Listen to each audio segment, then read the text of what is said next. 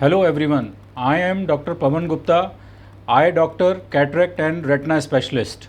आज हम एक बहुत इम्पॉर्टेंट टॉपिक के बारे में डिस्कस करेंगे, डायबिटीज़ एंड कैटरेक्ट। यानी वो पेशेंट जिनको डायबिटीज़ भी है और साथ में उनको कैटरेक्ट भी है, तो इन पेशेंट्स में किन किन चीज़ों का हमें ख्याल रखना है। तो इसमें दो इम्पॉर्टेंट फैक्टर्स हैं। एक तो पेशेंट की डायबिटीज़ का कंट्रोल कैसा है, तो इसमें हमें देखना होता है कि पेशेंट की फास्टिंग ब्लड शुगर, पेशेंट की खाना खाने के बाद की शुगर यानी कि पोस्ट प्रेंडियल शुगर, और 3 महीने का कंट्रोल HbA1c। साथ में इसके साथ इस चीज़ का ध्यान रखना होता है कि पेशेंट को पूरे शरीर में और कोई इन्फेक्टिव फोकस ना हो, यानी कि कहीं हाथ में, पैर में या आँख के आसपास कोई इन्फेक्शन ना हो रहा हो।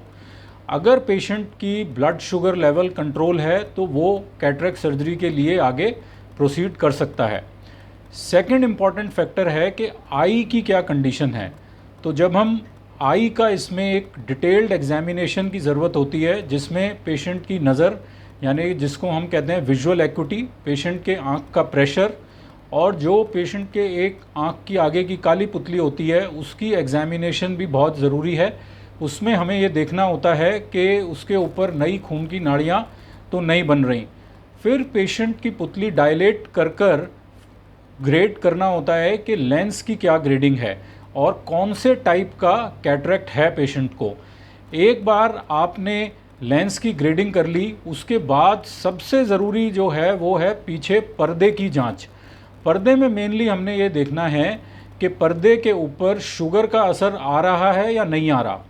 अगर पेशेंट का रेटिना एकदम ठीक है और उसके ऊपर डायबिटिक रेटिनोपैथी के कोई चेंजेस नहीं है, तो पेशेंट अपनी कन्वीनियंस के हिसाब से कैटरेक्ट सर्जरी प्लान कर सकते हैं।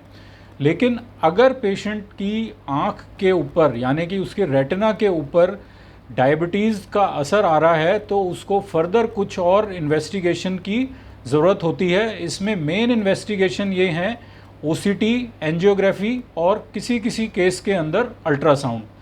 इन इन्वेस्टिगेशन से जो इन्फॉर्मेशन हमें मिलती है वो है कि आपके पर्दे के ऊपर शुगर की वजह से कितनी सूजन है।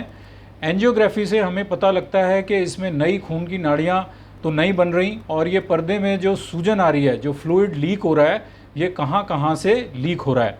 तो अगर आपके आँख के ऊपर, पर्दे के ऊपर सूजन है, तो सबसे पहले इस सूजन का और जो नई खून की नाड़ियाँ बन रही हैं इनका ट्रीटमेंट होता है। यानी अगर आपको कैटरेक्ट भी है और डायबिटिक रेटिनोपैथी भी है, तो हमेशा हम पहले डायबिटिक रेटिनोपैथी का ट्रीटमेंट करते हैं, और एक बार आपकी डायबिटिक रेटिनोपैथी स्टेबलाइज हो जाए उसके बाद ही हम कैटरेक्ट सर्जरी प्लान करते हैं। इसमें एक ही कंडीशन है जिसके अंदर कैटरेक्ट सर्जरी पहले की जाती है कि अगर आपका मोतियाबिंद या कैटरेक्ट इतना ज़्यादा एडवांस्ड है कि आपके पर्दे की जांच नहीं हो सकती या उसकी जो फाइनर डिटेल्स हैं वो हम असेस नहीं कर सकते, तो उन केसेस के अंदर हम पहले कैटरेक्ट का ऑपरेशन करते हैं और उसके बाद फिर रेटिना के अंदर जो भी चेंजेस आ रहे हैं उसका ट्रीटमेंट करते हैं। सेकंड इम्पॉर्टेंट पॉइंट इसमें जो आता है वो ये कि हम अपनी आँख के अंदर कौन से या किस टाइप का लेंस लगाएं। तो अगर आपके पर्दे के ऊपर डायबिटिक रेटिनोपैथी के चेंजेस नहीं हैं, तो आप अपनी रिक्वायरमेंट के हिसाब से अपने डॉक्टर से डिस्कस करके मोनोफोकल या एक्सटेंडेड डेप्थ ऑफ फोकस में से कोई भी लेंस चूज़ कर सकते हैं, डिपेंडिंग कि आपकी रिक्वायरमेंट क्या है। पर अगर आपकी आँख के अंदर या पर्दे के ऊपर सूजन है और डायबिटिक रेटिनोपैथी के चेंजेस आ रहे हैं, तो मोनोफोकल लेंस आपके लिए हमारे हिसाब से बेस्ट सूट करता है, बिकॉज इसमें जो क्वालिटी ऑफ विजन है वो काफ़ी बेटर रहती है।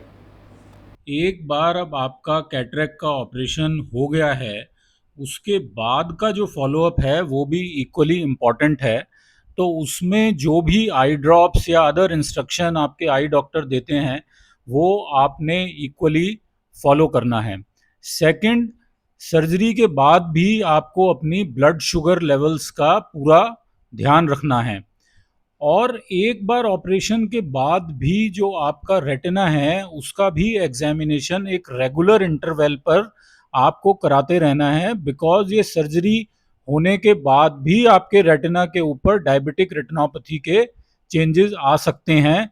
तो एक उसका रेगुलर चेकअप आपको अपने आई डॉक्टर के साथ कराते रहना चाहिए। तो इन शॉर्ट, अगर आपकी ब्लड शुगर कंट्रोल है तो आप इसमें कैटरेक्ट सर्जरी के लिए प्लान कर सकते हैं। सेकंड, आपके रेटिना की एग्जामिनेशन बहुत ज़रूरी है।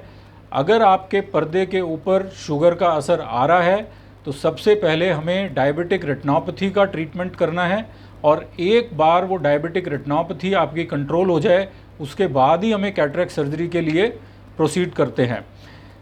उम्मीद करते हैं कि इस इन्फॉर्मेशन से आपको अपनी डायबिटीज़ और कैटरेक्ट सर्जरी रिलेटेड जो आपके मन में सवाल हैं वो काफ़ी हद तक क्लियर हो गए होंगे। अगर इसके अलावा भी कोई आपके मन में क्वेश्चन है तो आप हमसे पूछ सकते हैं। Thank you.